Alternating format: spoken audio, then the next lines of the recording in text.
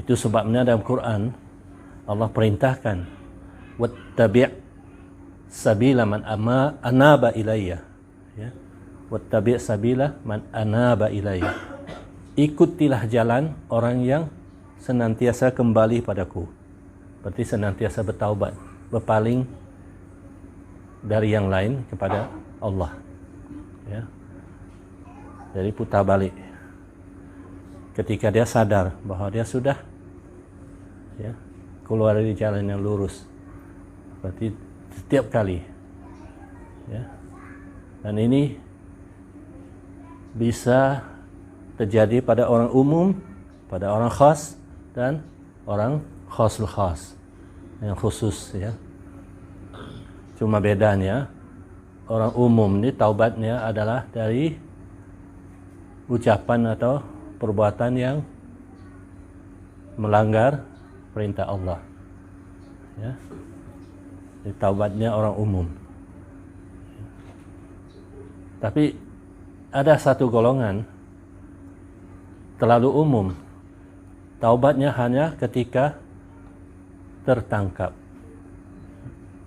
ya, ketika terdedah, ya, yang koruptor.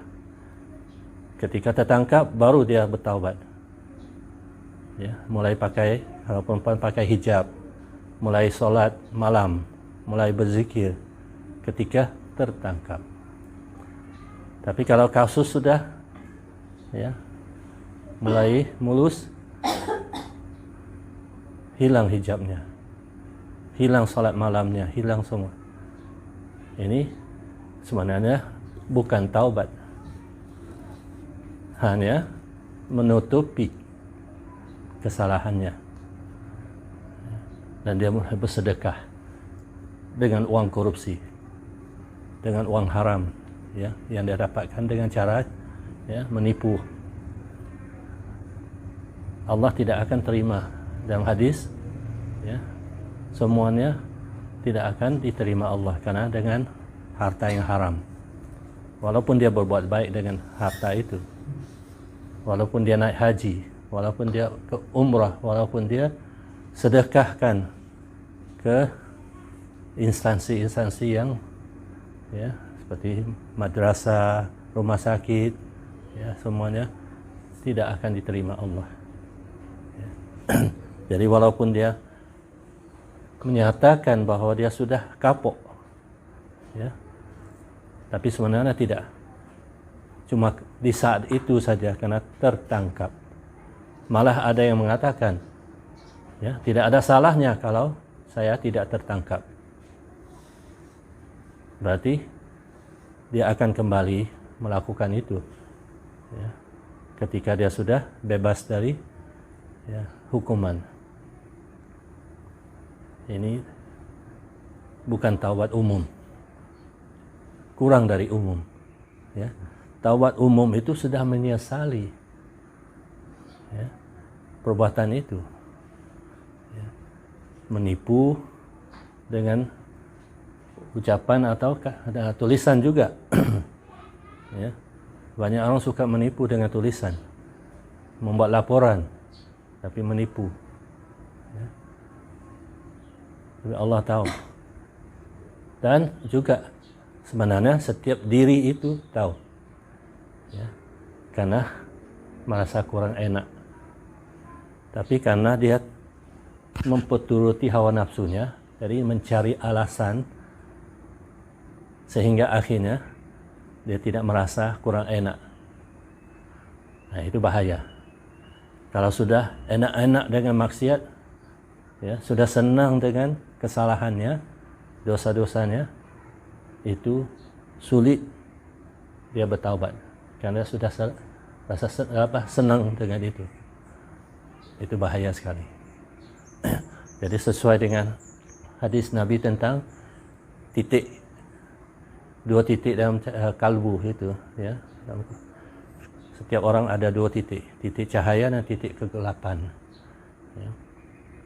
Ketika dia melakukan satu kebaikan, titik cahaya akan mengembang, ya, membesar. Semakin lama dia melakukan kebaikan, semakin besar. Dan sampai mengambil alih kalbunya. Dan tidak akan kembali lagi ketika cahaya mengambil alih. Begitu juga sebaliknya. Kalau dia senantiasa melakukan maksiat, dosa, ya, awalnya ada penasihat, ya, dan membuat dia merasa kurang enak, ya, mahaka fi nafsik, ya, sesuatu yang tidak baik itu ada, ya, terasa haka, sesuatu yang mengganggu, menganjal dalam hati. Kalau dia tidak menghiraukannya, Nabi mengatakan berikutnya tinggal separuh. Dan berikutnya separuh dari separuh itu. Dan berikutnya separuh dari separuh itu. Ya, akhirnya tidak ada penasihat lagi. Nauzubillah. Ya, ketika itu kegelapan itu mengambil alih hati dan tidak akan kembali lagi. Nauzubillah. Ya, itu yang paling bahaya. Tapi kebanyakan orang di antara itu, ya, dia berbuat baik, dia berbuat tidak baik, dia berbuat baik, tidak baik. Ya, jadi kebanyakan merusak kebaikan tiap hari. Dia melakukan kebaikan, tapi dia mengiringinya dengan keburukan.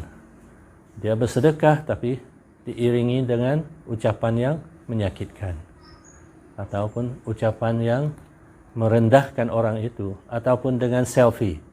Sekarang banyak, ya, berikan tapi dia, ya, tunjukkan dia bersedekah, ya, itu semua merusak.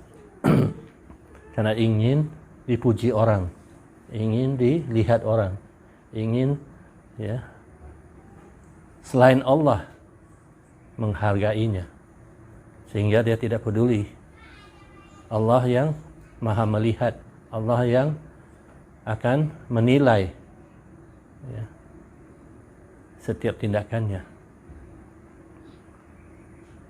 Dan banyak begitu, ya. Dia dapat satu tugas, tiba-tiba dia merasa dia itu raja, ya, dan mulai bersikap tidak baik terhadap yang lain. Padahal itu sebuah tugas saja yang seharusnya dia laksanakan dengan baik dan laksanakan dengan kesadaran bahwa Allah senantiasa melihatnya, Allah senantiasa menilainya, Allah senantiasa mengetahui apa yang dia lakukan. Dia tidak sadar karena dia sudah tenggelam dalam, ya, dirinya, hanya merasa dia berkuasa, merasa dia punya posisi, merasa dia punya wewenang.